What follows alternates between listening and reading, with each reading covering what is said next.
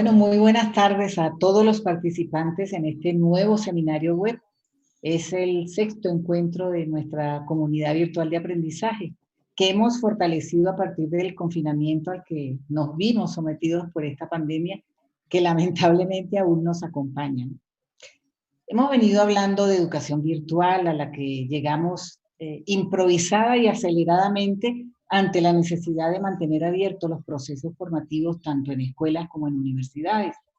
Hemos hablado de la necesidad de gestionar las instituciones educativas en estos tiempos de pandemia de una manera diferente, del impacto que puede tener en nuestros estudiantes y sus procesos formativos ese aislamiento físico al que están sometidos, que debemos transformarlo en un acercamiento social, de la incertidumbre que toda esta nueva realidad ha generado, pero que al mismo tiempo ha sido una oportunidad de innovar, de transformar, de actuar de manera diferente, de crecer en nuestras prácticas profesionales.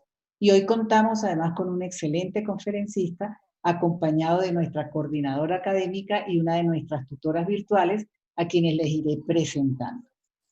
El tema que nos ocupa hoy es precisamente el conversar sobre los nuevos paradigmas educativos, sus debilidades y fortalezas, para ponerlos en práctica en esta nueva realidad, tanto en las universidades como en las escuelas. Y me viene a la memoria una anécdota que le escuché hace años y que planteaba un poco el devenir de la educación en los tiempos, ¿no? Y que siempre que tocamos el tema de realidad educativa, me gusta traerlo a colación. ¿Qué pasaría, por ejemplo, si en este momento levantáramos de su tumba a un médico de hace 200 años? Lo colocaríamos en un quirófano, en alguna de nuestras clínicas o hospitales, ¿y qué haría? Se quedaría pues asombrado con lo que ve y por supuesto imposibilitado de operar o atender la situación de salud que se estuviera trabajando. Lo mismo ocurriría tal vez con un ingeniero de hace 200 años. Lo llevamos, por ejemplo, a una planta ensambladora de automóviles y bueno, no sabría ni por dónde empezar ni qué es lo que se está haciendo allí. Pero ¿qué pasa si levantamos a un educador de hace 200 años?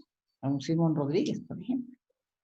Seguramente puede llegar, tomar un trozo de tiza, buscar una pizarra y empezar a dar su clase tradicional. Ejemplos de profesión. Esto lo que nos dice, o lo que me dice a mí, es que el avance de la educación siempre va por detrás de los adelantos de la sociedad en la cual se inserta. Nos apagamos a lo que tradicionalmente se viene haciendo, hemos sido educados así y lo queremos reproducir porque eso nos da seguridad. Cualquiera de nosotros se siente hoy en capacidad de dictar una clase magistral, aunque a veces nos da miedo esto de estar detrás de una cámara, por ejemplo. Pero una clase magistral sobre lo que ya sabe. Ahora, ¿cuántos de nosotros nos podemos atrever a practicar, por ejemplo, una clase invertida? O a generar espacios colaborativos para la construcción de conocimiento con nuestros propios estudiantes. Y es que con la pandemia, muchos de estos docentes, o de nosotros los docentes, hemos tenido que ingeniárnosla para aprender rápidamente a utilizar estrategias basadas en las tecnologías y a desaprender un poco modelos de enseñanza-aprendizaje que tenían y siguen y seguimos teniendo muy arraigados. Lo que se ha hecho habitualmente y se está haciendo es tratar de llevar a su máximo rendimiento un modelo de educación que es el que hemos conocido en Occidente a partir de los comienzos de la era moderna, pero sin encontrar una propuesta, digamos, llamémosla superadora. Por eso las estrategias que se llevan a cabo no están siendo suficientes por todo el esfuerzo que hemos hecho, pero no están siendo suficientes para dar respuestas diferentes para una sociedad que se perfila como diferente, a una nueva normalidad, ya que se apuesta a mejorar ese sistema, pero nacido de las necesidades de, no sé, la Revolución Francesa, la Revolución Industrial, que hoy en día, por supuesto, están superadas. Entonces, necesitamos situarnos fuera de esta óptica, llamémosla tradicional, para plantearnos un nuevo sistema educativo, unos nuevos paradigmas, un cambio de paradigma en lo político-ideológico, en lo técnico-pedagógico y también en lo organizacional. Esto es una utopía. o simplemente es un cambio de paradigma. Eso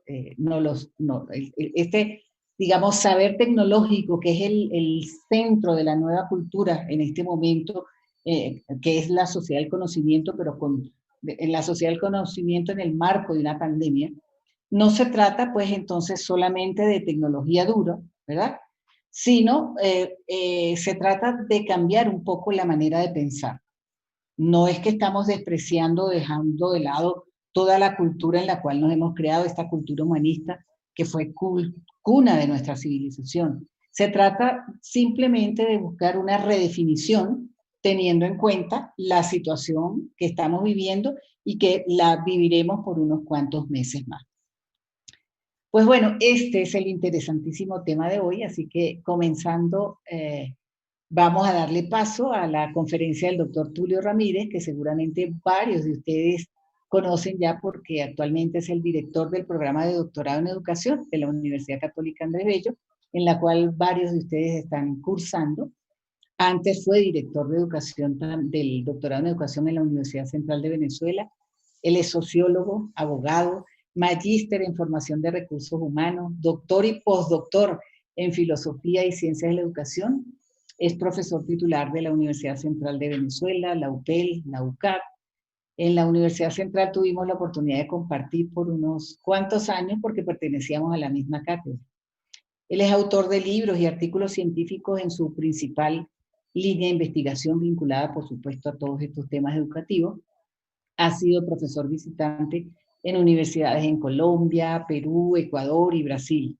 Como verán, tiene muchas cosas que decirnos y en particular cómo se están abordando estos nuevos paradigmas educativos en las universidades y escuelas en esta nueva normalidad. Así que adelante, doctor Ramírez. El micrófono es suyo y la pantalla también. Bueno, muchísimas gracias, Marta, por esta nueva oportunidad que me das para conversar con tus estudiantes, con los que están afiliados a los diversos programas que ofrece SIGUE en Ecuador. Y bueno, siempre es interesante en este momento de pandemia este tipo de conversaciones, porque tú bien lo decías, si bien hay distanciamiento físico, el acercamiento social se ha potenciado gracias a las nuevas tecnologías. Y esto, por supuesto, ha hecho que nada más en América Latina se haya cuadruplicado el número de encuentros virtuales como el que estamos realizando hoy con respecto a épocas anteriores. Antes, para asistir a un congreso en Ecuador había que reservar un pasaje, tomar un avión, pedir permiso en el trabajo, por lo menos una semana de estadía. Hoy en día, gracias a estos medios, pues es posible en tiempo real compartir con personas de diferentes países, inclusive en una misma reunión, sin mayor inconveniente que se vaya a la luz o el internet. De resto, todo permite esta interacción. Ok, creo que tú en tu intervención tocaste un punto fundamental que tiene que ver con los cambios de paradigma. Los cambios de paradigma no son rápidos, son por lo general muy lentos, nada más hablemos de la ciencia. El cambio del paradigma de la física mecánica a la física cuántica tardó por lo menos 200 años. El cambio de paradigma de los estudios cientificistas, cuantitativos, a los estudios más cualitativos, ya lleva por lo menos 100 años sobre el tapete. Es decir, estamos en un proceso de transición paradigmática que no es rápida, pero lo que sí es cierto es que esta pandemia, en estos 6, 7 meses de pandemia, ha colocado sobre la mesa de discusión el tema del paradigma educativo en cuanto a las modalidades que se deben asumir para los próximos años y el papel que deben jugar las nuevas tecnologías. Esto está sobre la mesa, esto se está discutiendo en todas partes del mundo y se está discutiendo sobre la marcha, porque la pandemia nos ha obligado a hacer uso de las tecnologías, no solamente en el ámbito educativo, también en el ámbito productivo, en la economía, en la salud.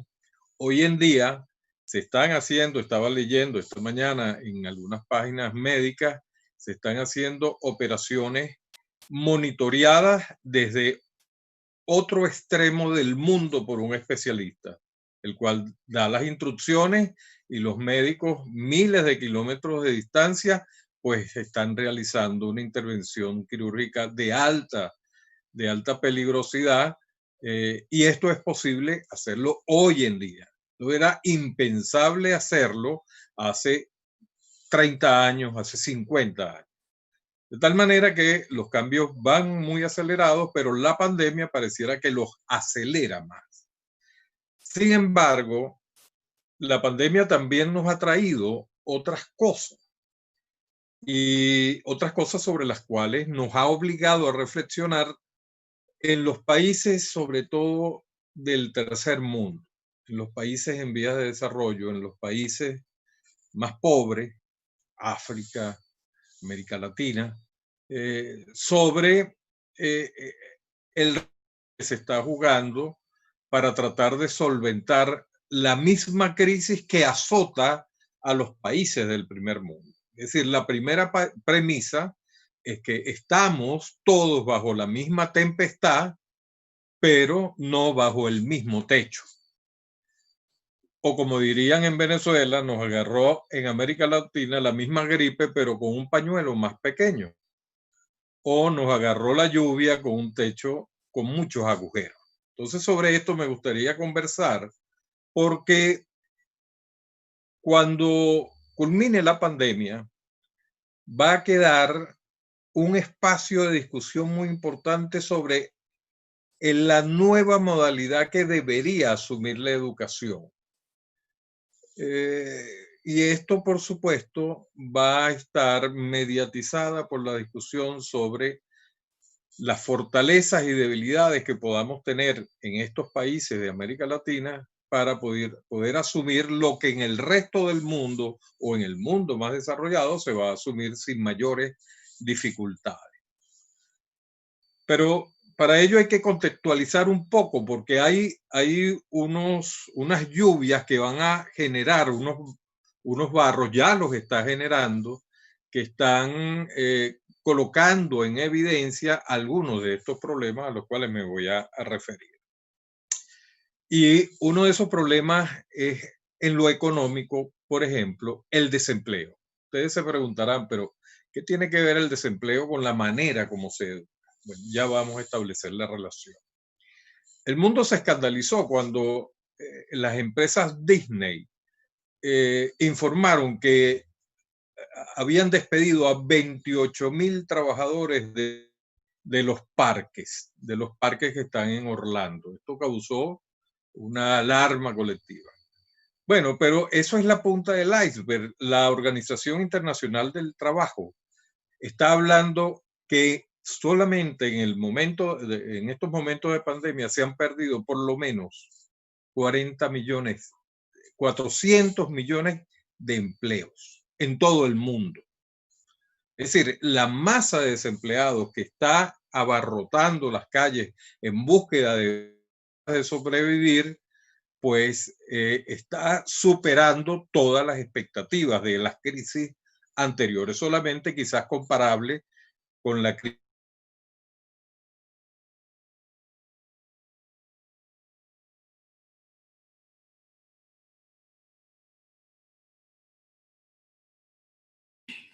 Creo que se fue el audio de Tulio, no sé si ustedes lo están escuchando. No, no estamos escuchando.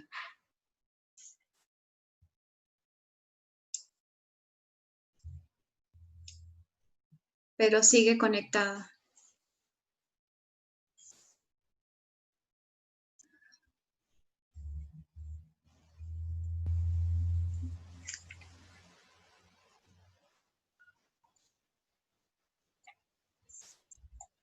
Está silenciada, doctora Marta.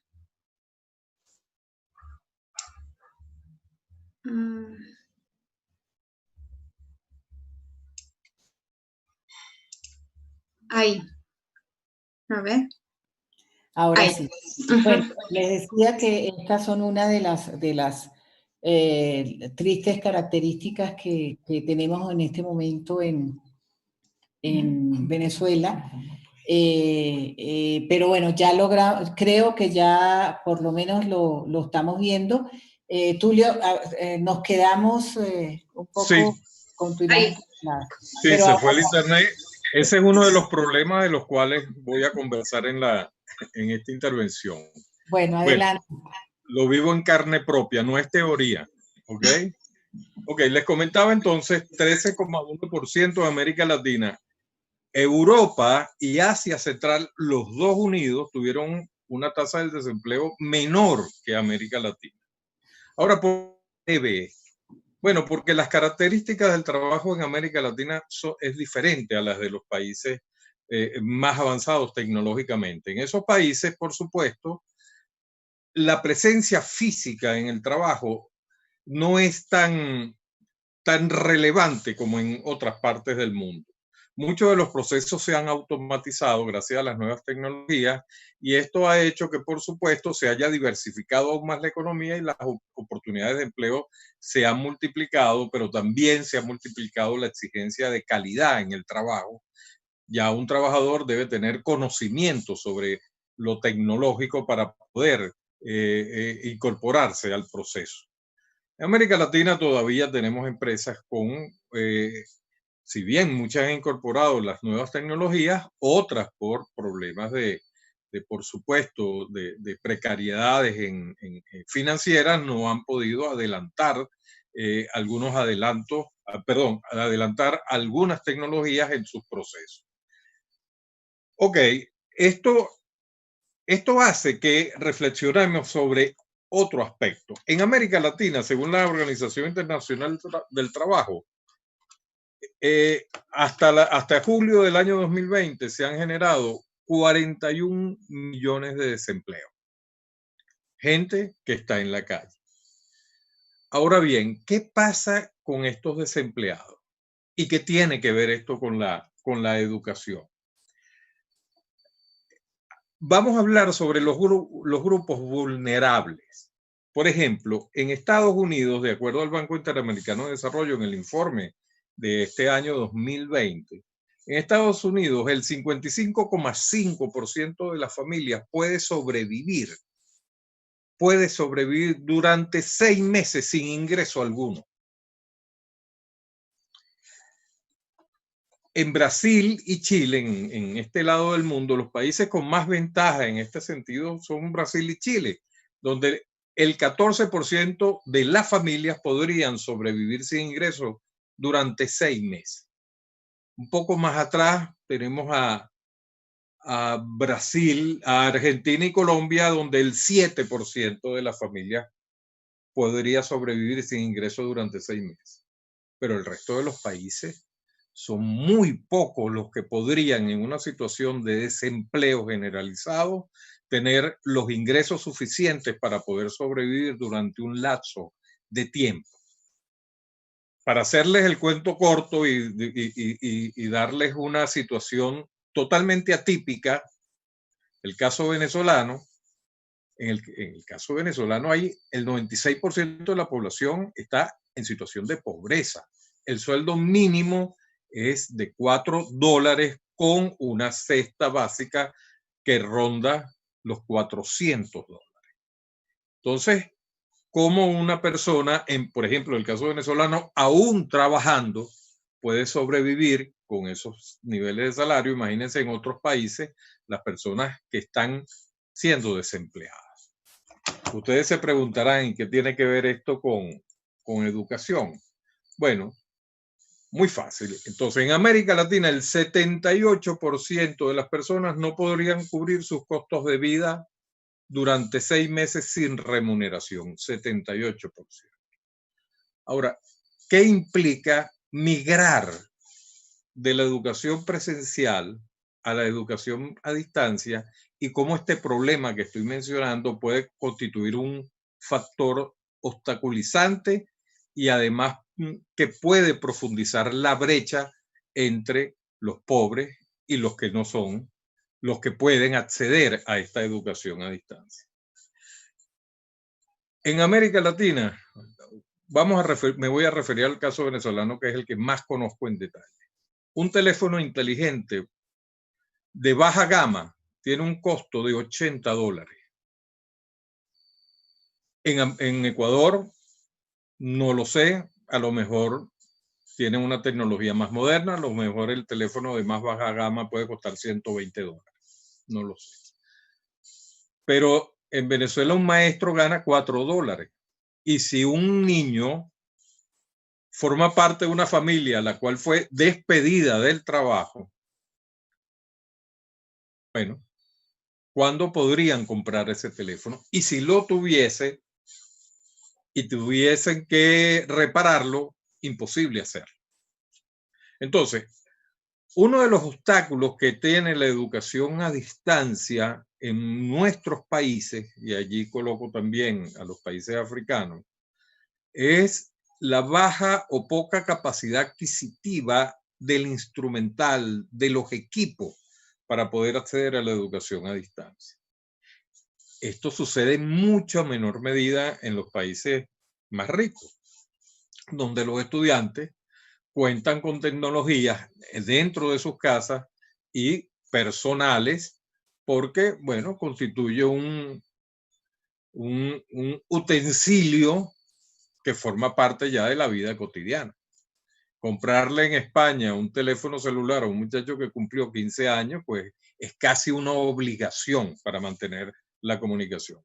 En nuestros países no sucede así, por lo menos en las grandes mayorías. Ahora bien, pero si bien la educación a distancia es costosa en principio, por lo menos hay que hacer un gasto inicial de tecnología, de equipo. No así sucede con la educación, porque el muchacho pobre va a la escuela con un cuaderno a medio uso, se va a pie, la escuela es gratuita, necesita un lápiz, un libro usado que alguien le regala, y muchos hemos estudiado así y hemos salido adelante. Pero si alguno de ustedes estudió así, por las condiciones de pobreza en que vivía, imagínense en esas mismas condiciones de pobreza hoy en día, cómo poder estudiar. Entonces, la educación a distancia es definitivamente la solución, ha sido hasta ahora la solución para esta situación de pandemia.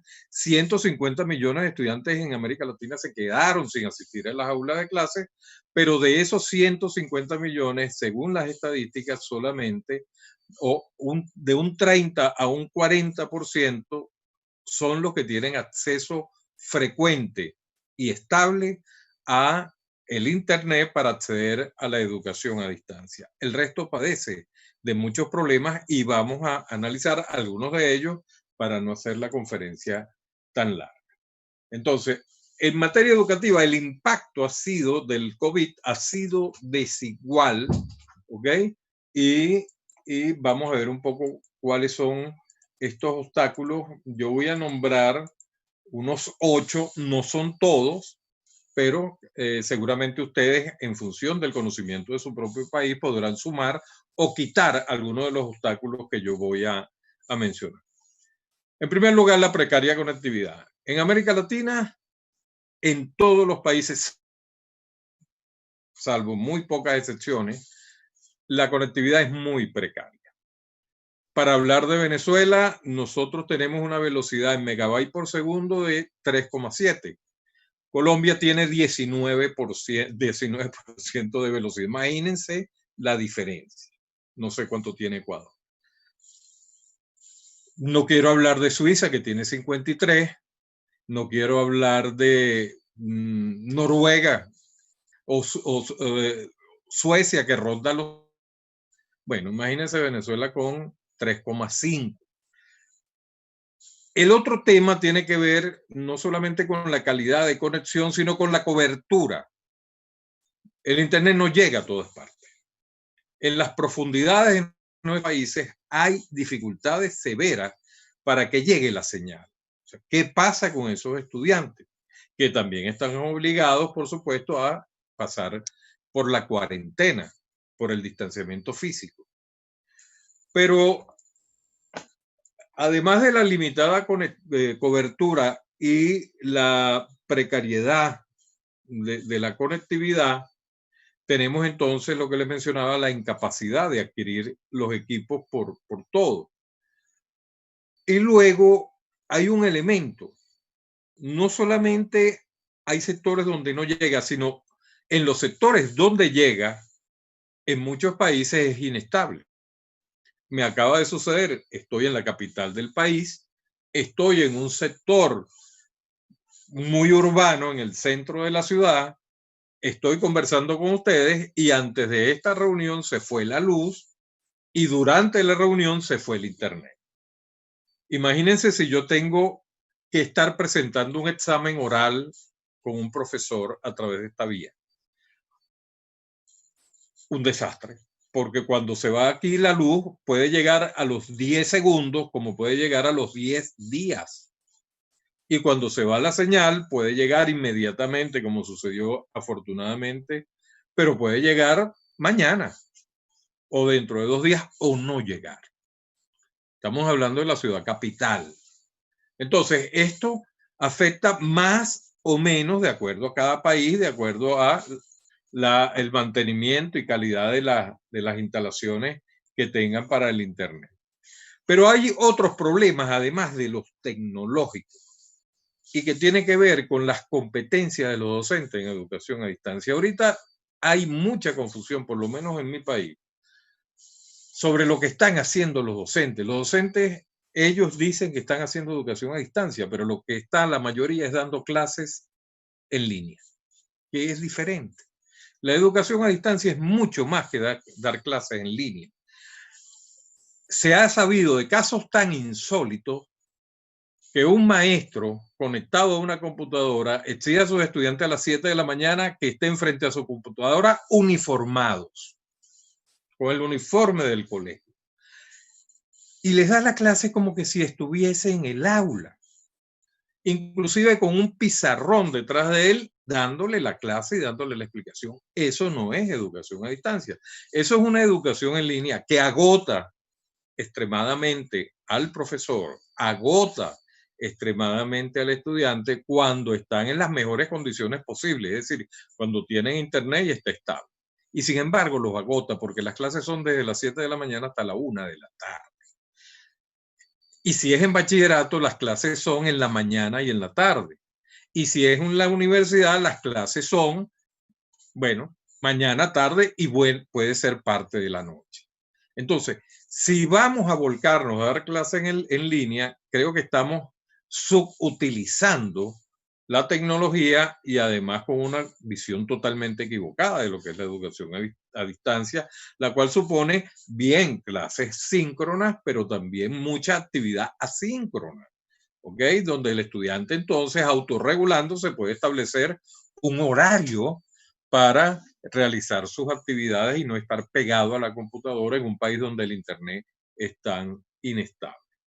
Entonces, esta confusión es producto de que los docentes no están formados en educación a distancia, pero es que tampoco tenían por qué estar formados, porque esto fue una contingencia sobrevenida, es decir, no sentimos nunca el apuro de formarlo porque el cambio paradigmático se estaba dando de manera muy lenta.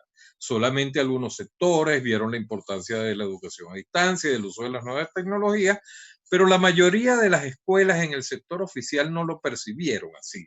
Básicamente se percibió más rápidamente en las escuelas privadas, pero las escuelas privadas son un porcentaje ínfimo dentro de la educación oficial. Entonces, claro, esto hizo que los maestros se vieran de la noche a la mañana compelidos a utilizar las nuevas tecnologías sin saber usarlas y sin saber cómo enseñar a través de ellas, porque una cosa es el uso de las tecnologías para mandar mensajes y correos y otra cosa es el uso educativo de las tecnologías. Son dos cosas totalmente diferentes y la segunda no es tan sencilla como la primera. La otra actividad que están realizando muchos profesores que se cansaron de dar clases a través de la computadora es mandar tareas por correos electrónicos y recibirlas por correo electrónico. Eso tampoco es educación a distancia. De tal manera que la no capacitación del docente en educación a distancia hoy en día se está convirtiendo en una fuente de obstáculos para asegurar la calidad de la educación, porque cada docente está haciendo lo que entiende que debe hacer, con mucha buena fe, con mucha proactividad, con muchas ganas, pero con poca eficiencia. Luego, por cierto, llegó a mis manos un trabajo de un estudiante de Cuenca, estudiante del doctorado. Él es director de un colegio en Cuenca, donde en una investigación en los colegios asociados a su colegio, que es religioso, pues determinó que durante la pandemia se había perdido casi el 75% de los contenidos. El estudiante había solamente adquirido el 25% de los contenidos. Y esto tiene que ver en que no se sabe administrar esta modalidad porque no se conoce lo que es la educación a distancia, sino que da clase como pueda y cuando se pueda. Bueno, otro obstáculo es la inexistencia de plataformas institucionales. Se ha recargado al docente, sobre los hombros del docente, la responsabilidad de resolver este asunto de la educación en línea. Entonces, el docente con su computadora, con sus datos del teléfono, con la electricidad, con sus equipos y con lo que realmente entiende sobre lo que es la educación a distancia, a él le dijeron simplemente haga educación a distancia y él hace lo que puede. No cuenta con plataformas institucionales, con aulas virtuales que facilitan la tarea y forman parte de la educación a distancia. Entonces, cada quien está arreando el burro como puede. Esto crea desniveles en los estudiantes porque al final el eslabón más delgado de esta cadena de infortunio son los estudiantes, que son los que están recibiendo solamente 25% de lo que deberían recibir de acuerdo al estudio de nuestro amigo, el director de este colegio. Y luego, por supuesto, acompañado a esto, no hay repositorios de materiales virtuales por grado, por años de bachillerato, inclusive mucho menos por materias de la universidad. Es decir, cuando hablo de repositorios, es de manera organizada y ajustada a los programas de estudios, tener un banco, no solamente de los textos escolares, sino de lecturas complementarias, de libros de ejercicio para la primaria o para secundaria, una alternativa de libros de las diferentes disciplinas. Y eso no se tiene porque nunca se sintió la necesidad de tener. Recuerden que aunque parece que llevamos años en la pandemia, apenas lo que llevamos son 7 meses. Y por supuesto nos agarró la gripe con un pañuelo muy corto. No teníamos la infraestructura ni tecnológica ni física para poder afrontar esto. Y ahora, ¿qué estamos haciendo? Sobre la marcha, cambiando el caucho. El carro no está detenido, está a toda velocidad y nosotros estamos reparándolo a esa velocidad. Y por supuesto, sin contar con todas las herramientas que se necesitan. Fíjense bien, pero ahora, esto que estoy diciendo son obstáculos, pero hay otros que son más intangibles. Para asumir la educación, sea a distancia e inclusive sean clases a través del Internet, se exige que el estudiante haga un esfuerzo individual que no solía hacer en las clases presenciales porque estaba acompañado por su profesor de manera permanente, todos los días, y podían reunirse, interactuar personalmente. Y eso tiene que ver con los aprestos culturales. Según un estudio del propio Banco Interamericano de Desarrollo, en América Latina, solamente un 30% de los estudiantes tuvieron acceso en sus escuelas al internet y a computadora. Por supuesto, cuando llega la pandemia y hay que utilizar la computadora, esos estudiantes tienen un apresto, pueden buscar información porque en sus colegios lo hicieron con orientaciones del profesor. Pero el 70% no tuvo ese privilegio. Y ese 70% es el que está hoy en día dando cabezazos en el ciberespacio, buscando información sin criterio de si es una información de calidad, si no son fake news, si es conocimiento válido, no sabe a qué páginas recurrir porque no tuvo el entrenamiento previo. Y el profesor, por consiguiente, tampoco. Entonces aquí estamos viendo una diferenciación, una brecha que se está abriendo entre los que tuvieron ese apresto y los que no lo tuvieron. Pero hay otro tema interesantísimo. Las pruebas PISA revelaron que en América Latina en el 2015, de cada 10 estudiantes, 3 tenían comprensión lectora. Imagínense entonces un estudiante que está solo, revisando literatura por internet, sin orientación cercana de su profesor y con unos padres que a lo mejor en muchos casos tienen menos grados que el grado que está cursando el estudiante, es decir, sin orientación alguna, cómo ese estudiante puede de manera exitosa sacar ventaja de una modalidad de enseñanza que amerita de él unos aprestos que él no tiene. Que no tiene no solamente comprensión lectora, sino tampoco habilidad numérica. Las pruebas PISA determinaron, todos conocen lo que son las pruebas PISA, determinaron que América Latina tiene un rezago importante, sus estudiantes, en habilidad numérica y comprensión lectora. Y la educación a distancia, una educación en la cual el estudiante asume una gran responsabilidad, está sobre sus hombros, una gran responsabilidad del autoaprendizaje. Y si no sabe leer ni sabe sacar cuentas, bueno, imagínense cómo podrá afrontar las exigencias de contenido en todas las asignaturas. Poco para ir cerrando, voy a cerrar con unos resultados que a mí me parecieron totalmente alarmantes. El Banco Interamericano de Desarrollo en este 2020 hizo un estudio con 26 países en América Latina. 26. Para determinar si tenía 6 requisitos o 6 fortalezas para afrontar la educación en tiempos de pandemia. Esas 6 fortalezas son las siguientes. La primera, una conectividad previa en las escuelas. ¿Ok? La segunda, plataformas digitales preexistentes antes de la pandemia. La formación de los docentes como tutores virtuales. La existencia de repositorios, paquetes de asignaturas virtualizadas y repositorios centralizados pues, de estos materiales. Son 6 fortalezas. En ese estudio, el Banco Interamericano de Desarrollo determinó que solamente 4 países, 4, reunían por lo menos 3 de esas 6 fortalezas. 3.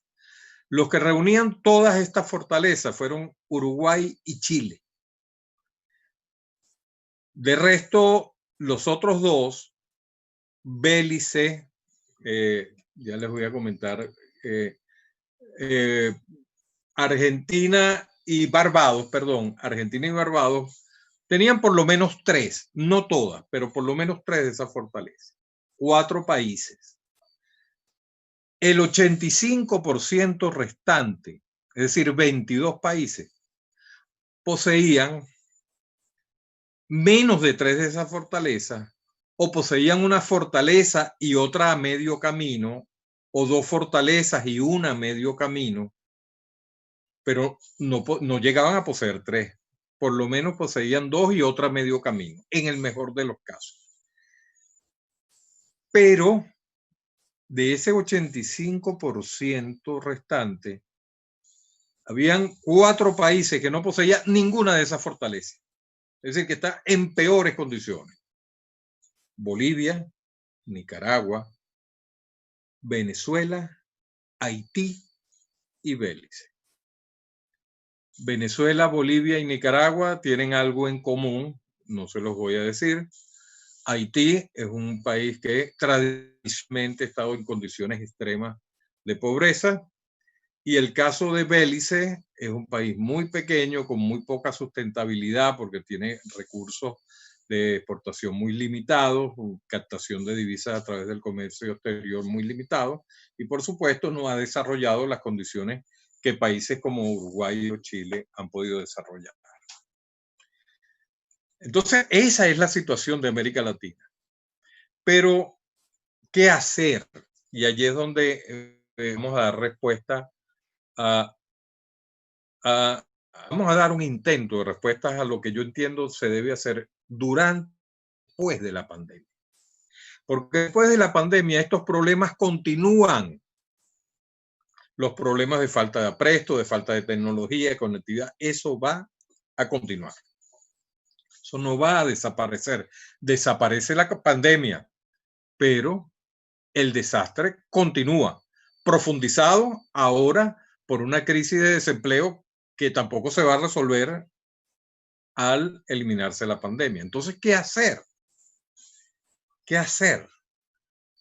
Se está planteando en todo el mundo que el nuevo paradigma de la educación a distancia mediada por las tecnologías es el futuro inmediato. Yo creo que sí. Yo creo que eso es indetenible. Tarde o temprano se va a generalizar ese tipo de educación, pero en América Latina y en África va a tener que esperar un poco más. Porque si no, la brecha entre los que tienen y no tienen acceso a la tecnología se va a profundizar. Ya ahora la brecha no es por el pobre o el que no es pobre, no, ahora es por el que tiene acceso o el que no tiene acceso a la tecnología, y por supuesto la situación de pobreza agrava.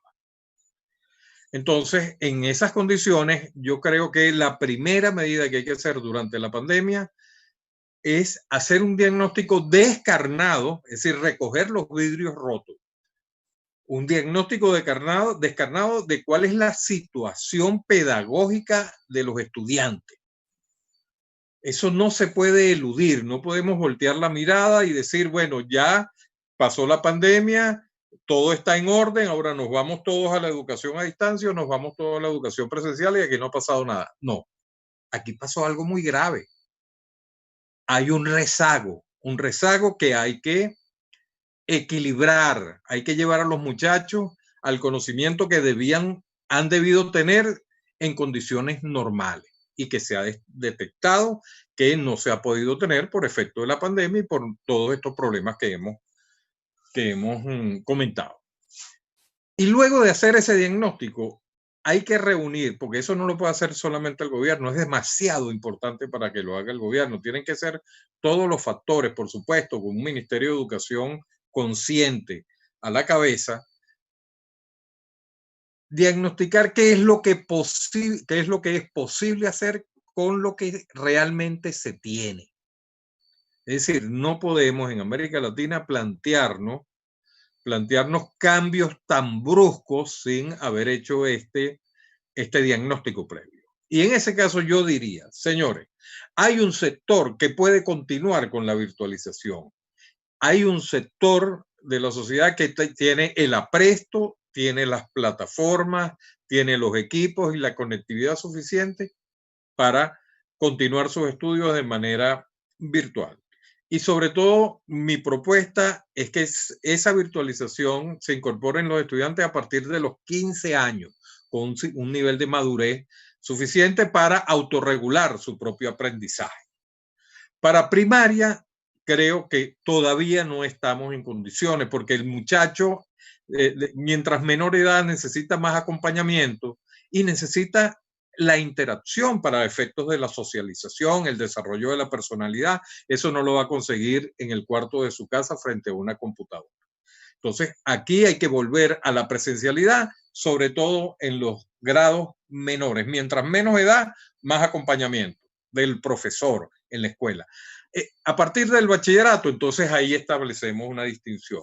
Bueno, quiénes pueden, qué colegios, qué escuelas están en condiciones de continuar con la virtualidad y cuáles no. Hay liceos en el interior de nuestros países donde hay que volver a la presencialidad para nivelar lo que perdieron durante la pandemia. Y en la universidad, bueno, igual, habrán universidades que tienen plataformas para llevar los estudios a la virtualidad y habrán carreras donde es posible, habrán otras carreras donde se tardará un poco más por la naturaleza de las carreras. Pero habrán universidades que no han tenido recursos para esa plataforma, ni recursos, ni tiempo, ni personal. Entonces, bueno, inevitablemente volverán a la presencialidad hasta mejor momento. Entonces, yo no creo que la solución sea extrema, o volver todos a la presencialidad o continuar todos en la virtualización. No, yo creo que hay que hacer el diagnóstico y los que tengan que continuar en la presencialidad que lo hagan y los que puedan en la virtualidad que lo hagan. En Venezuela hay un liceo virtual. Bueno, está en proceso de reconocimiento. Ahora está asociado con otro liceo privado, que es el que titula, pero realmente está ofreciendo de manera paralela un bachillerato virtual. Y ha sido tan exitoso que lo ha replicado en Colombia, en Miami, en Santo Domingo y ya va para España. En Miami sí titula como liceo. En Venezuela no ha podido por regulaciones burocráticas, legales, etc. Bueno, hacia eso puede ir un sector. O sea, la oferta educativa debe diversificarse, desde la más tradicional hasta la más adelantada. ¿Por qué? Porque la oferta educativa tiene que ser inclusiva. La igualdad de oportunidades, ese principio tan caro a la democracia, debemos preservarlo. Y si nos vamos todos a la virtualidad, lo resquebrajamos, aumentaremos la brecha entre los que pueden y no pueden. No, la educación debe ser para todos. Y si para todos, bueno, es que hay que abrir la presencialidad para los sectores más vulnerables, se abrirá. Y si la presencialidad hay que abrirla en los sitios donde no llega la conectividad, se abrirá. Y paralelamente seguir desarrollando la educación virtual. Hay otras propuestas, no voy a continuar quizás en las preguntas, hay otras propuestas, pero esta es la columna vertebral de mi planteamiento. Señores, vamos a actuar de acuerdo a lo que consigamos y con lo que tengamos. ¿Ok? Poner cable a tierra para que sean viables y factibles las propuestas de lograr la mayor inclusión posible después de la pandemia. Porque durante la pandemia eso ha resultado demasiado difícil y debemos evitar que se siga ensanchando esa diferencia, esa desigualdad entre los que pueden y no pueden acceder a la educación a distancia. Muchísimas gracias y bueno, creo que me pasé un poco. Bueno, muchísimas gracias a ti, Tulio, bueno, al doctor Ramírez, él siempre con esa claridad y realidad para aterrizar aquellos ideales de modelos educativos o de situaciones a lo que realmente se puede hacer. Yo creo que lo más importante que podemos recoger de tus planteamientos para que podamos avanzar en la discusión es los elementos que tú señalaste como fundamentales, ¿no? El tema de Internet, el tema de los equipos, el tema de la capacitación de los docentes, el tema de la plataforma, el tema de los repositorios y cómo eso puede generar una desigualdad si las condiciones, no solamente en los países, en nuestros propios países, a diferencia de Quito, Cuenca, Guayaquil, Bolívar, o sea, cada zona tiene sus particularidades. Entonces, ¿qué estamos haciendo? ¿Qué es lo que se hace? Yo quiero complementar un poco lo que tú has venido planteando con lo que nosotros desde SIGE, como una gotita de agua en el mar, pero que estamos trabajando, construyendo ya desde antes de la pandemia esta comunidad virtual del aprendizaje, precisamente para poder compartir, para poder enriquecer el ejercicio profesional de nuestros docentes. Me gustaría pues entonces ver un poco qué es lo que hemos estado haciendo y seguimos haciendo, y cómo todos ustedes pueden tener acceso a eso, a esas gotitas de conocimiento, a esas píldoras de conocimiento, a esos inputs que llamamos. Y quisiera para eso invitar a Paoli Rojas, que muchos de ustedes también la conocen, es nuestra coordinadora académica y es la responsable del mantenimiento y desarrollo de esta comunidad virtual de aprendizaje, que es la que nos permite tener espacios como estos, ¿no? Y luego darle paso a una de nuestras tutoras, que es Cristina Velasco. Ella tiene la vivencia de lo que Tulio acaba de señalar, porque ya está con estudiantes, ella es docente, ya está viviendo en esta pandemia, es profesora también, ha sido profesora en la Universidad Central en todo el tema de virtualidad. Entonces, son los enfoques que quisiéramos tener para luego entonces empezar la discusión. Así que adelante, Paoli.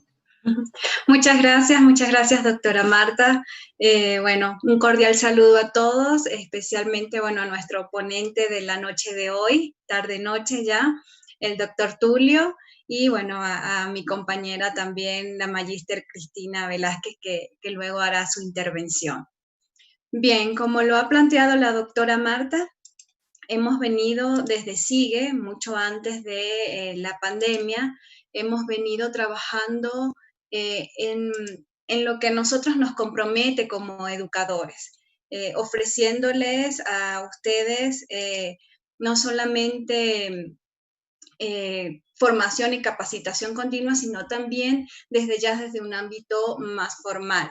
Quienes nos conocen, seguramente muchos de ustedes que son nuestros egresados, estudiantes activos, o que de alguna u otra manera nos han identificado desde este ámbito educativo, saben que desde hace tiempo venimos trayendo programas internacionales de posgrado y formación continua que hemos dado desde entornos masivos online.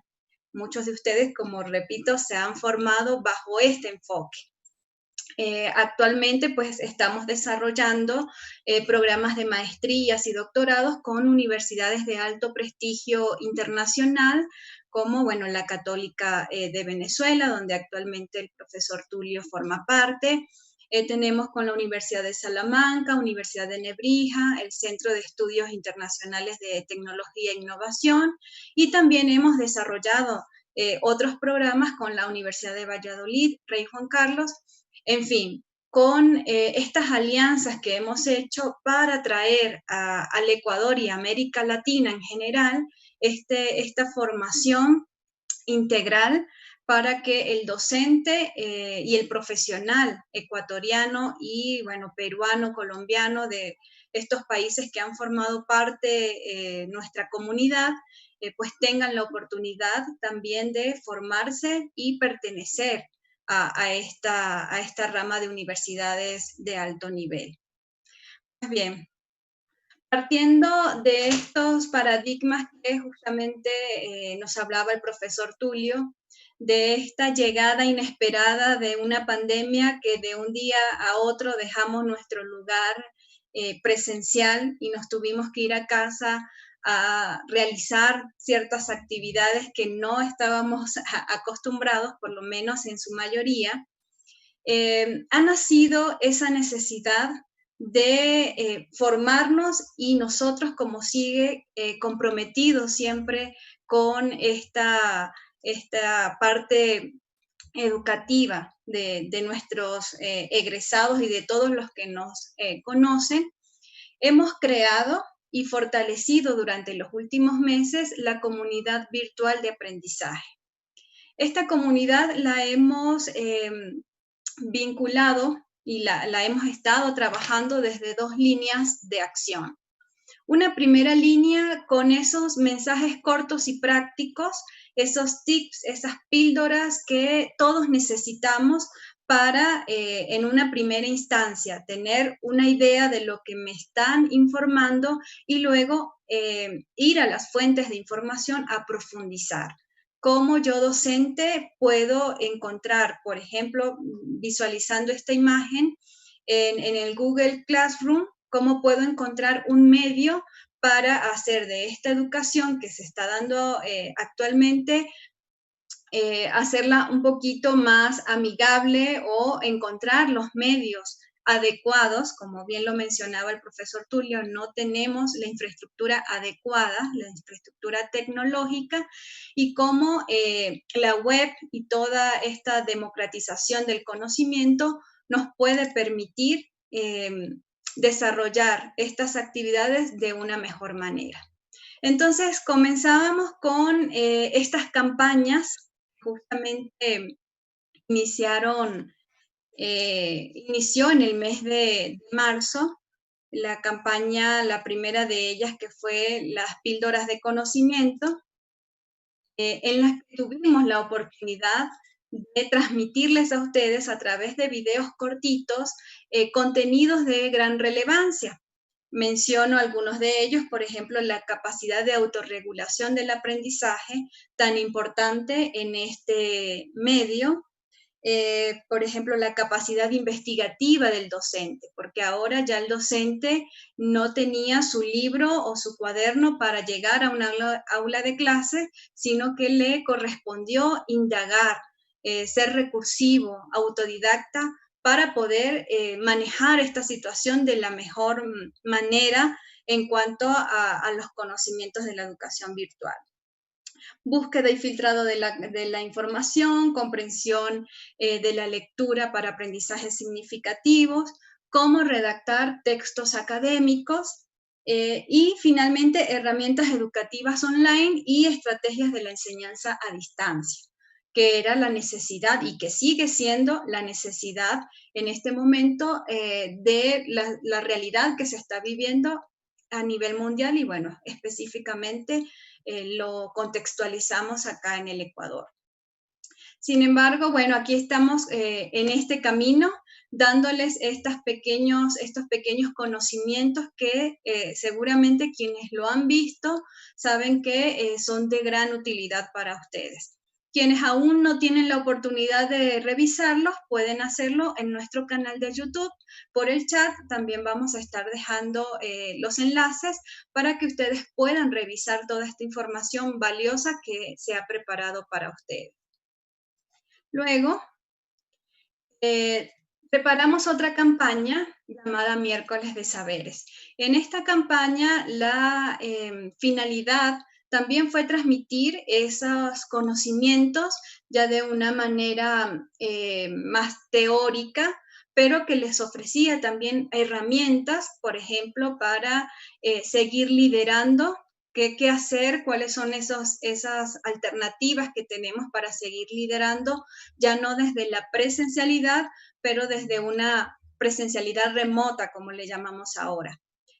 Algunas herramientas para ser tutor virtual. No estábamos preparados, como lo mencionó el doctor Tulio, para asumir una tutoría, una dinamización de contenidos a través de estas herramientas. Entonces, en estas campañas, pues, la finalidad era ofrecerles, y sigue siendo, ofrecerles estas herramientas que todos vamos a necesitar y han necesitado y han aplicado en estos últimos tiempos. Todo este contenido lo pueden conseguir también en nuestras redes sociales. Está en Facebook, en Twitter, en Instagram y en LinkedIn, donde pueden también hacer uso e ingresar a estas redes para tomar en cuenta estos contenidos. Luego, estamos desarrollando actualmente la campaña Infotips. Como lo decía la doctora Marta, son esas pequeñas píldoras de conocimiento que les estamos dando para que de alguna manera puedan luego indagar más sobre ella y aplicarlos, porque es la finalidad de todo esto, es que ustedes como docentes y todos los que estamos en este campo podamos aplicar todos estos conocimientos para tratar de sobrellevar esta situación de emergencia que está sucediendo actualmente y que, bueno, seguramente tendrá un camino todavía más por recorrer. Entonces he traído algunos ejemplos de esta campaña actual. Por ejemplo, tenemos la diferenciación entre los tipos de educación, como lo mencionaba el doctor Tulio, en que si somos conocedores de en qué modalidad estamos, podemos seleccionar entonces las herramientas adecuadas para aplicarlas en esa modalidad. Entonces aquí van a poder encontrar esa información. Igualmente, tenemos en consonancia con estas modalidades, distintas modalidades que se están dando actualmente, las herramientas. Somos y necesitamos herramientas web para poder gestionar este quehacer educativo actual. Entonces, ofrecemos herramientas asíncronas, herramientas síncronas, hay alternativas, podemos estudiarlas, revisarlas, algunas las conocemos, otras no tanto, pero de eso se trata. Tal vez si en algún medio, por ejemplo, existe las posibilidades, rompiendo un poco esto de los obstáculos que nos mencionaba el doctor Tulio, ¿por qué no sustituir la clase tradicional que se está convirtiendo en tradicional de Zoom por un en vivo, por ejemplo, en alguna de las redes sociales? Entonces, se trata es de ser conocedores de las herramientas para poderlas aplicar en los distintos escenarios en los que nos estamos desenvolviendo. Bien, otro ejemplo, tenemos cómo hacer clases virtuales exitosas. Esto también trayendo a colación lo que nos mencionaba el doctor Tulio. Estudiantes que no estaban preparados para un aprendizaje autónomo, que necesitaban de la presencialidad de su profesor, de sus compañeros, y que ahora se enfrentan desde la otra perspectiva donde ya están solos y necesitan gestionar su propia ruta de aprendizaje. Entonces tenemos algunos tips para clases exitosas. Bueno, hemos mencionado algunas de las más importantes porque seguramente habrán otras más, pero que puede servir tanto a ustedes como docentes como para compartirlas con sus estudiantes. Y finalmente, como ejemplo, he traído algunas tareas en las clases virtuales. No se trata en este momento y en estas modalidades de replicar lo presencial por un medio tecnológico, sino al contrario, buscar esas estrategias que le permitan al estudiante ser autónomo en su aprendizaje y además recursivo en lo que él requiere aprender, que sea consciente de lo que requiere aprender y qué es lo que debe reflejar. Entonces, bueno, a veces como docentes pensamos o teníamos nuestras estrategias ya planificadas año a año de lo que pedíamos por algún contenido específico, pero que ahora ya no lo podemos hacer de la misma manera. Entonces, hay algunas estrategias que les recomendamos que pudieran aplicar y seguramente o adaptar a cada área del saber en los que ustedes se desempeñan. Entonces, esta campaña Infotips sigue activa. Todos los viernes ustedes pueden conseguir estas publicaciones en nuestras redes sociales y también la pueden conseguir en la sección de novedades de nuestra página web. Así que los invito a que puedan estar al pendiente todos los viernes porque vamos a ir publicando este tipo de información. Luego, tenemos la otra línea. Les comentaba que en nuestra comunidad está fortalecida desde 2 rutas. La otra línea son los encuentros síncronos, como los que estamos en la noche de hoy. Entonces, hemos desarrollado a lo largo de estos meses ya 6 encuentros síncronos con en el que se han trabajado diversos temas en los que vamos a hacer un recuento para que ustedes también, si les interesa alguna de estas ponencias y estos seminarios, también los puedan conseguir o los puedan buscar en nuestro canal de YouTube, donde se encuentran disponibles. Comenzamos con el primero en el mes de mayo, donde hicimos un cierre de esta campaña de píldoras de conocimiento llamado Hablemos de Educación Virtual. Allí se contó con todos los expertos y diseñadores de contenidos de esta campaña y pudimos hacer un cierre con la interacción bueno, muchos de ustedes seguramente participaron y que realmente fue enriquecedor como para, por un lado, dar cierre a la campaña, pero por otro lado, aperturar este espacio de encuentros síncronos que hemos venido desarrollando. Luego, en el mes de junio, motivado a toda esta situación emergente, muchas de las interrogantes que se han venido haciendo, tanto desde el cuerpo directivo, docente, en el ámbito educativo, es cómo gestionar las instituciones educativas en tiempos de crisis. Aquí contamos con la participación del doctor Daniel Sotelseck de la Universidad de Alcalá, también la experiencia que se vive desde otro país, desde República Dominicana. Estuvo con nosotros el doctor Rafael González, ministro de Educación, y también contamos desde el ámbito local con el hermano Ricardo Orellana, director del Colegio La Salle de Cuenca. Entonces, también fue un conversatorio bastante enriquecedor, pues cómo desde los distintos sectores, incluso desde distintas realidades educativas, cómo hacer, cuáles son esas herramientas que debemos tener actualmente para mediar esta crisis que se ha generado producto de la pandemia. En el mes de julio, tocamos un tema bien interesante que también el doctor Tulio retomó, y es ese acercamiento social que se ha dado cuando ya no tenemos alguna presencia física. Y para eso nos acompañó la doctora Lidalia Cornejo de la Universidad Central de Venezuela, quien nos contó la experiencia desde sus investigaciones y cómo hacer ahora y cómo hacer ese acercamiento con los estudiantes, con todas las personas que están a nuestro cargo, digamos, en la parte docente, desde la pandemia, desde la distancia. Entonces fue un encuentro bien interesante que también les invito a que puedan revisar. Y luego, bueno, toda esta situación ha generado un cúmulo de incertidumbres. ¿Qué hacer? ¿Me atrevo en este momento a hacer algo? ¿Me atrevo en este momento a tal vez formarme, a inscribirme en un programa? ¿Lo hago? ¿No es el momento adecuado? Esa incertidumbre, de pasar de la incertidumbre a la acción en estos tiempos, es un gran dilema que aún se mantiene.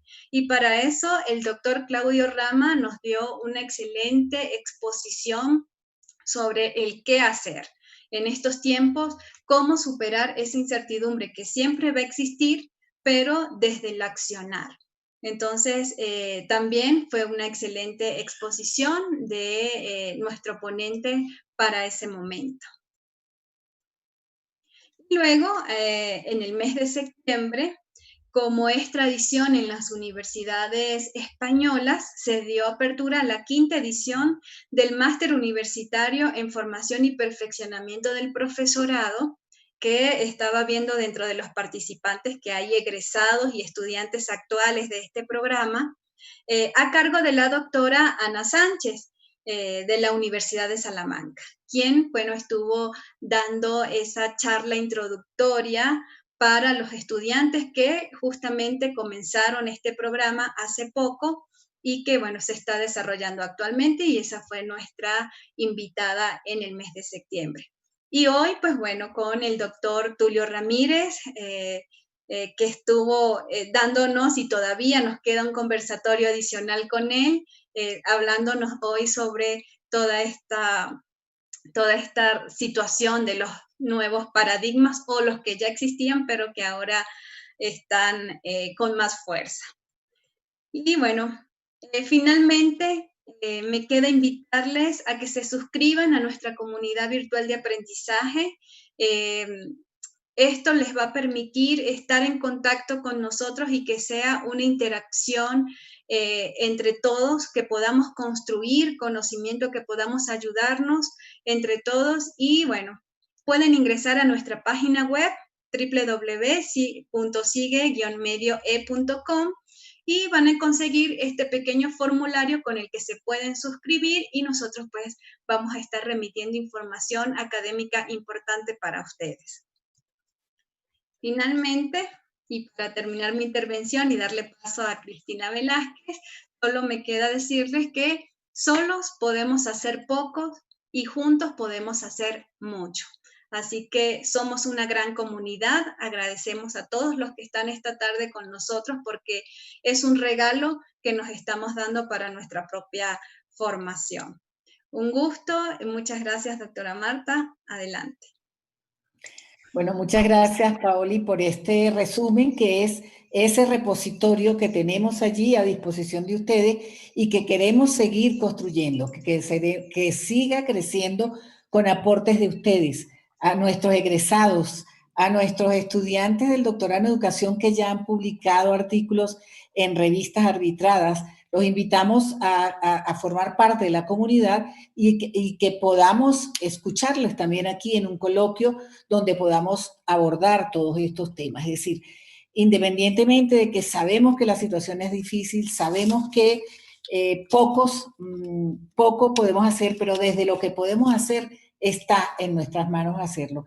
Aquí tenemos una plataforma, aquí tenemos un grupo humano que está permanentemente en esa actualización profesional, y eso es lo que queremos seguir manteniendo, y en eso estamos. Yo quiero rápidamente darle paso a Cristina, nuestra egresada del máster en formación y perfeccionamiento del profesorado, y luego pues nuestra tutora estrella en la especialidad de lengua y literatura con la Universidad de Salamanca.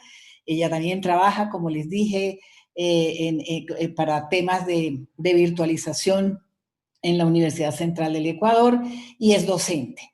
Y eso es lo que queremos, cerrar con esa vivencia de todo lo que nos fue planteando Tulio, que está ocurriendo en la educación, cómo lo estás viviendo tú, Cristina, cómo lo están viviendo tus estudiantes, y qué estamos haciendo para cambiar esos, introducirnos en esos nuevos paradigmas. Adelante, Cristina. Buenas noches con todos. Muchísimas gracias, doctora Marta, por la presentación, y pues un saludo cordial a todos quienes conforman esta comunidad de aprendizaje que esta noche nos reunimos aquí para compartir entre todos un poco de las experiencias, vivencias y de todo lo que está pasando ahora en los tiempos de pandemia, ¿no? Entonces vamos a hacer un poco un enfoque desde la práctica docente, centrándonos en la educación media principalmente. He tenido la oportunidad de trabajar, como lo ha mencionado la doctora Marta, tanto en educación presencial como en educación virtual, como moderadora, profesora y tutor virtual en la Universidad de Salamanca y, bueno, también en la Universidad Central del Ecuador en las modalidades de educación en línea. Entonces, ahora vamos a centrarnos en la educación media, en donde trabajo en una institución pública de la ciudad de Quito, y vamos a ver qué está sucediendo hoy en las aulas. Y pues recogiendo un poco todo lo hablado en esta noche, vamos a darnos cuenta de que todo el proceso de enseñanza-aprendizaje se ha trasladado a la virtualidad, ¿no es cierto? Y en este punto, el docente ha tenido que adaptar a marchas forzadas quizá todos los instrumentos curriculares para el trabajo con sus estudiantes. Esto es adaptar metodología, adaptar recursos, adaptar planificaciones, e incluso, bueno, ya estamos acá en el ciclo cierre cerca de terminar la unidad 1 y vamos a tener que adaptar una evaluación en este tema. Entonces veía en el chat que preguntaban cómo hacerlo, y pues bueno, precisamente ese es el reto al cual nos vamos a enfrentar en las siguientes 2 semanas los profesores de ciclo cierre, y que quizá en ciclo costa ya lo hicieron y de pronto nos van a poder compartir sus experiencias porque ellos ya avanzaron en el año escolar en esta modalidad, ¿no?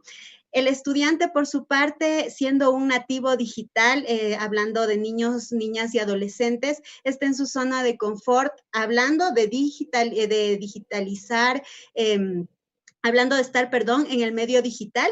Entonces, son estudiantes que al menos en zonas urbanas se han criado entre teléfonos inteligentes, quizá computadoras, una buena parte de la población en zona urbana, pero en zona rural no es así.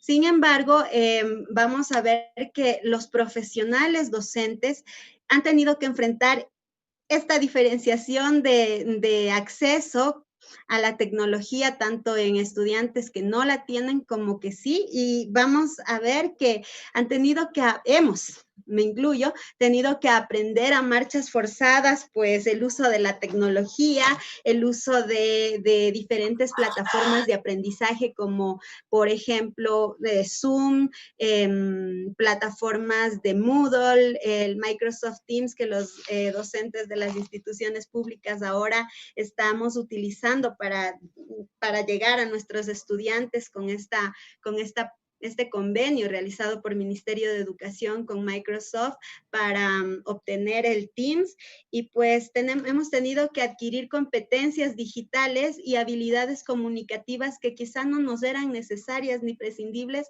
antes de la pandemia.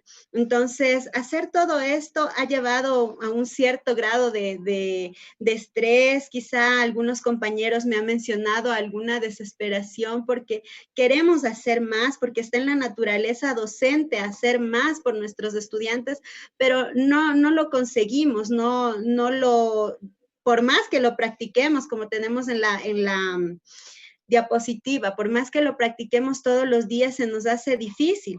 Y entonces es ahí cuando tenemos que buscar soluciones, porque también está en la naturaleza docente eso, ¿no? No buscar tanto el problema, sino enfocarnos en la solución. ¿Y cuál es la solución para que como docentes podamos hacer algo más por aquellos niños, tanto como por los que tienen, como por los que no? Me mencionaba una compañera, ahora decía, yo tengo en mi aula 5 estudiantes que no tienen acceso a la tecnología y quiero hacer más, pero me detengo porque los 35 que sí tienen van a avanzar, y los 5, ¿y qué hago con los 5? Entonces nos toca jugar a 2 frentes.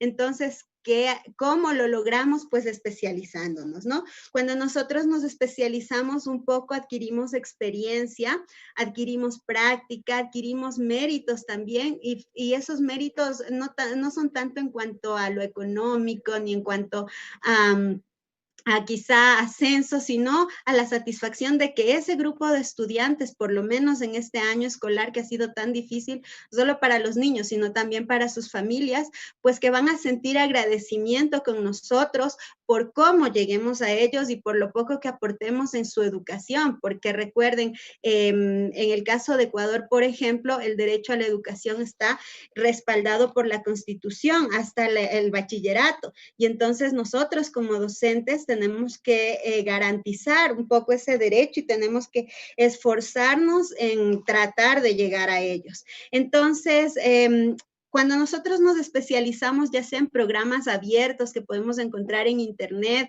o siguiendo programas que muchos de ellos los ofrece CIGE, vamos a adquirir competencias y habilidades en la marcha, en la puesta en práctica. Vamos a aprender a regular nuestro tiempo primero como profesores para ser el ejemplo ante los estudiantes, y vamos a aprender a organizar nuestras actividades, ¿sí? También vamos a ser autodidactas. ¿Qué significa esto? Ir en búsqueda del conocimiento, que no siempre podemos obtenerlo de alguna persona, sino que podemos obtenerlo de nosotros mismos buscando y realizando lecturas en internet, ¿sí? Y además vamos a perder el miedo a la tecnología, el miedo a entrar a una página porque no sé qué me voy a encontrar y dónde aplasto ahora. Entonces todo esto se consigue con la práctica y la práctica. Entonces les cuento un poco mi experiencia docente desde los inicios. Estoy viendo aquí algunos colegas también que me conocieron hace 8 años ya, que yo inicié formándome como profesora de educación media y tuve la oportunidad de trabajar como tutor virtual en un inicio para programas del Ministerio de Educación. en los cuales dimos tecnología, herramientas tecnológicas para el aula, se llamaba así en ese tiempo, y muchos de ustedes quizás siguieron esos cursos iniciales que eran virtuales. Luego tuve la oportunidad de estudiar mediante SIGUE y el convenio que tiene con la Universidad de Salamanca, mi maestría en lengua y literatura, en formación y perfeccionamiento del profesorado con la especialidad lengua y literatura, y pues a partir de ahí viene el valor agregado que especializarse en algo le da al docente. Y bueno, no solo al docente, sino a todo profesional. Entonces, cuando yo soy un profesional, conozco algo, pero cuando me especializo, tengo un valor agregado que no solo es el aporte que hago socialmente al ámbito en el cual me desempeño, ¿no? Sino que también tengo un valor agregado que es la ampliación de oportunidades. Se amplía las oportunidades laborales, se amplían las oportunidades académicas en cuanto a que yo sé que soy capaz de cursar este programa académico porque me conozco, porque aprendí, porque mis habilidades comunicativas, tecnológicas se ampliaron. Se amplían también las oportunidades familiares porque me veo en condiciones de ayudar y apoyar al crecimiento académico de mi familia y de las familias de mis estudiantes, en el caso de los docentes, ¿no? O de mis clientes, en el caso de empresarios o de emprendedores. Y pues claro, cómo no, también se amplían las oportunidades económicas en el caso de viene relacionado con las oportunidades laborales que se abren al tener una mejor formación y capacitación en las diversas áreas profesionales en las que nos desenvolvamos. ¿Sí? Bueno, muy rapidita mi exposición porque creo que estamos, como le decía a Paoli en la tarde, a veces me entusiasmo hablando, así que me voy a poner una alarma. Quiero cerrar con esto. Esto que tenemos en pantalla es una máxima de vida que quizá hasta como les mencionaba, desde hace 8 años que empecé este tema de la virtualidad, es una máxima de vida, una frase de Abraham Lincoln que dice: dame 6 horas para cortar un árbol y pasaré las 4 primeras afilando el hacha. ¿Cuál es el hacha en el ámbito académico? El hacha son los conocimientos. Necesito formarme, necesito leer, necesito educarme y después sí, cuando lo tengo, vamos allá que podemos con todo. Eso sería todo, doctora Marta. Muchas gracias por la palabra. Saludos cordiales a todos. Bueno, muchísimas gracias, Cris, por esta experiencia de vida que nos has transmitido, porque de alguna manera nos entusiasma, ¿no? Los que somos educadores de corazón, lo seguiremos siendo, así tengamos 70 años, como puedo tener yo, o un poquito menos, Tulio, o las nuevas generaciones como ustedes, pero de verdad esto es una motivación muy grande, ¿no? El poder pensar que puedo formar parte de una solución a un problema, como lo decías tú, ¿no? Ser parte de la solución. Entonces, bueno, como ven, hemos dado una panorámica de lo que implica la situación en la que estamos en este momento. Estamos viviendo un nuevo paradigma educativo, empujados o no por la pandemia. Algunos habíamos empezado antes, otros no,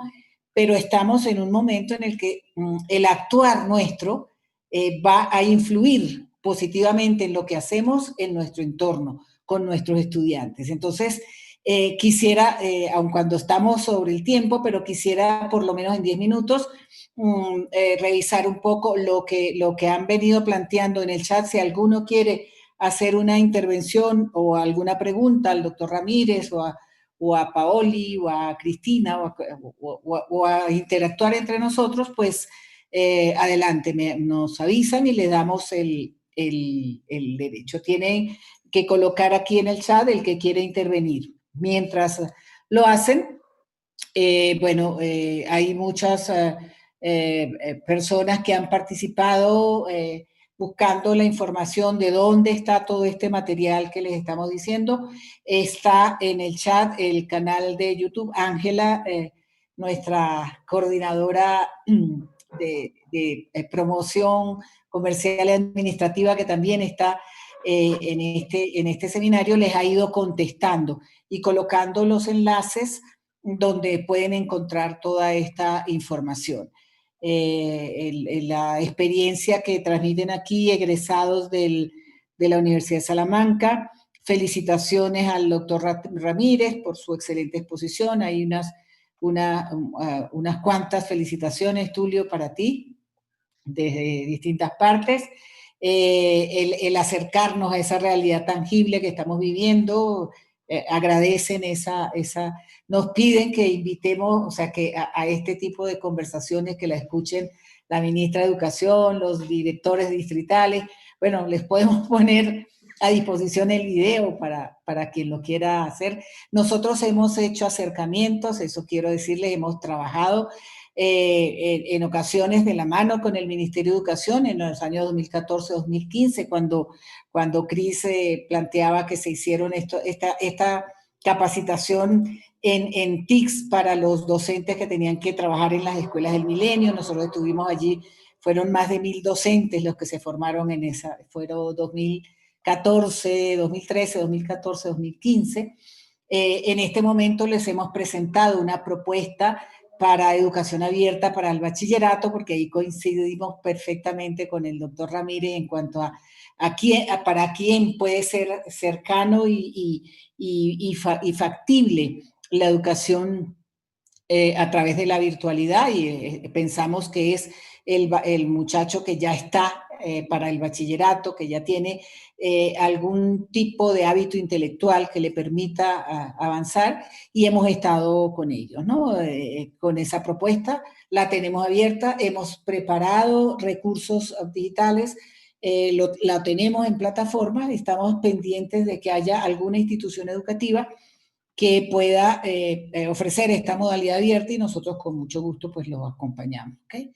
Entonces, en líneas generales, eso es lo que se ha recogido en el chat.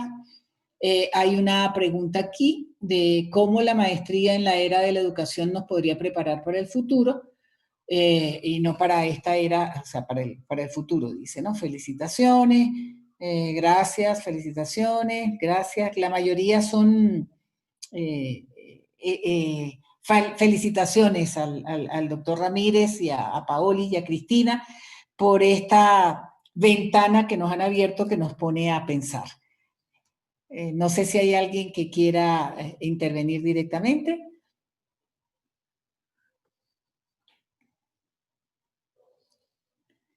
Bueno, entiendo que no, que ya también la hora nos obliga a ir cerrando.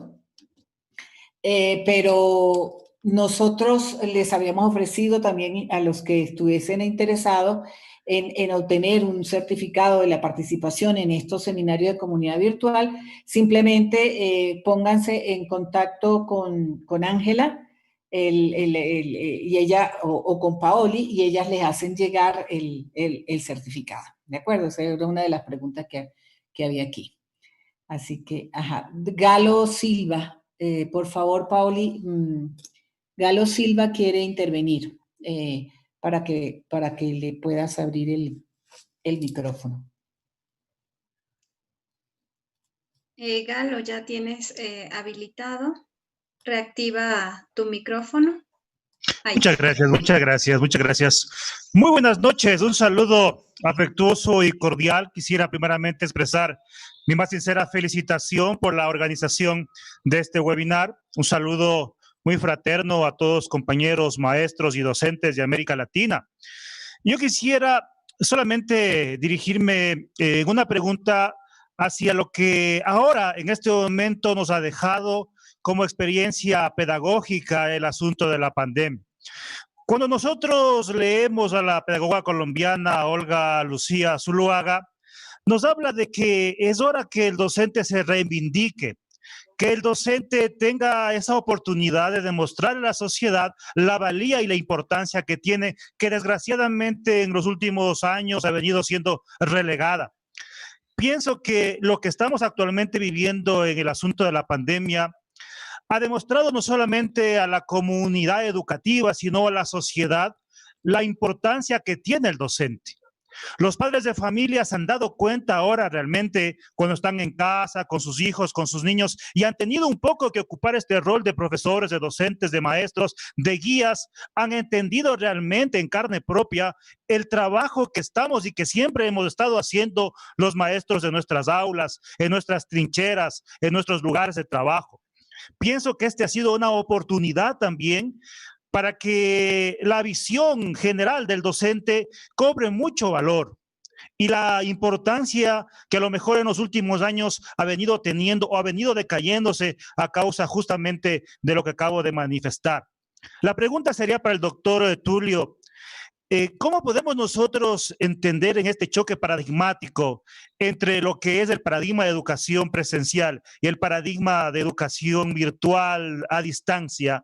¿Cómo podemos entender nosotros en un futuro no muy lejano, cuando se enfrenten estos dos paradigmas, cuál va a ser el que va a tener mayor peso y mayor aceptación ahora que tanto docentes como estudiantes hemos conocido esta realidad que a lo mejor estaba desconocida, estaba oculta en muchos años, ¿no? ¿Cuál va a ser ese futuro? ¿Cómo usted le avisora, ¿no?, a ese futuro educativo en la presencialidad, o a lo mejor ya nos mudaremos totalmente a lo que es la virtualidad? Esa sería mi pregunta. Sí, muy bien. Muchas gracias, Galo, por la pregunta. Creo que es muy pertinente. Claro, la respuesta la respuesta no puede ser absoluta. Me explico. Yo creo que el desarrollo de la educación mediada por la tecnología es indetenible.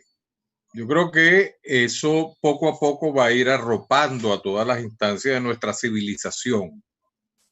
Eso es como la lluvia, eso no se puede detener. Lo que sí es que va a ser un desarrollo desigual. Unos países estarán a la cabeza de estos procesos y otros países se incorporarán con rezago por las condiciones las cuales hablábamos en mi exposición. Los países pobres de África, los países pobres de Asia, los países más pobres de América Latina tendrán un rezago en esta incorporación. ¿Por qué? Porque estos países sufren de precariedades en la infraestructura necesaria para desarrollar la educación a distancia, y sus niveles de pobreza, como el caso de Venezuela, Nicaragua, Haití, impiden estar a la cabeza de estos procesos. De tal manera que tarde o temprano todos nos vamos a incorporar, unos con más fuerza, otros con menos fuerza, pero todos nos vamos a incorporar al desarrollo de la educación a distancia.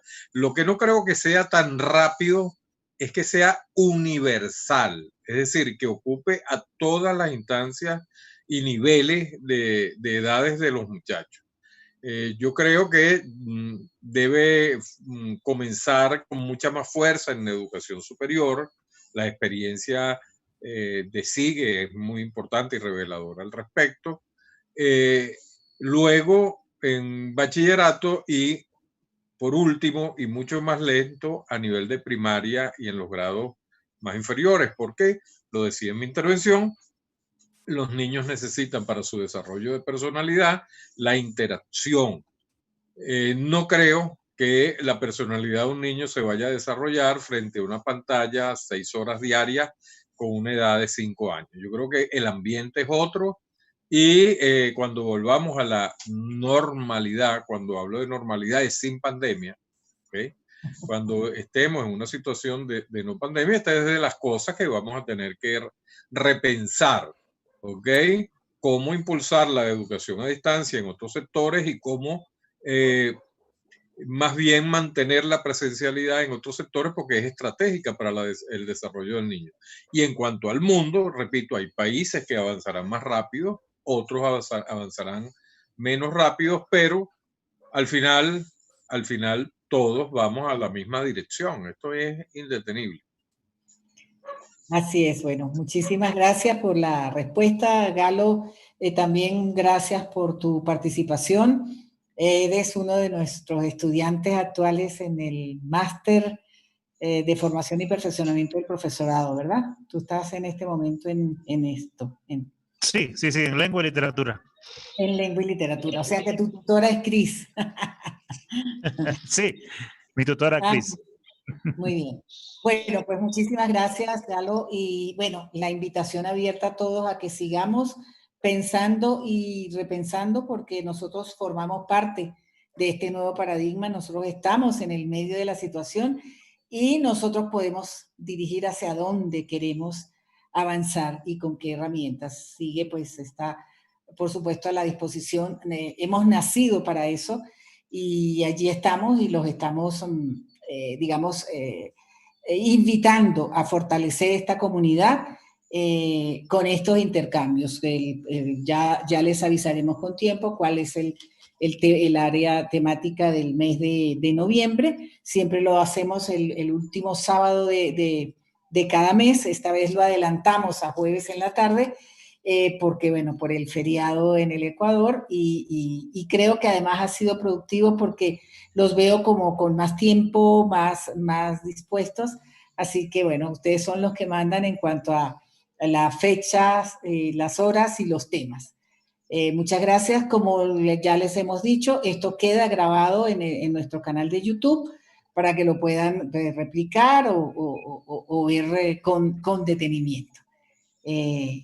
Quiero entonces agradecerles nuevamente y cerrar esta sesión y nos vemos o bien en nuestra página web o bien en el próximo seminario. ¿De acuerdo? Buenas noches a todos.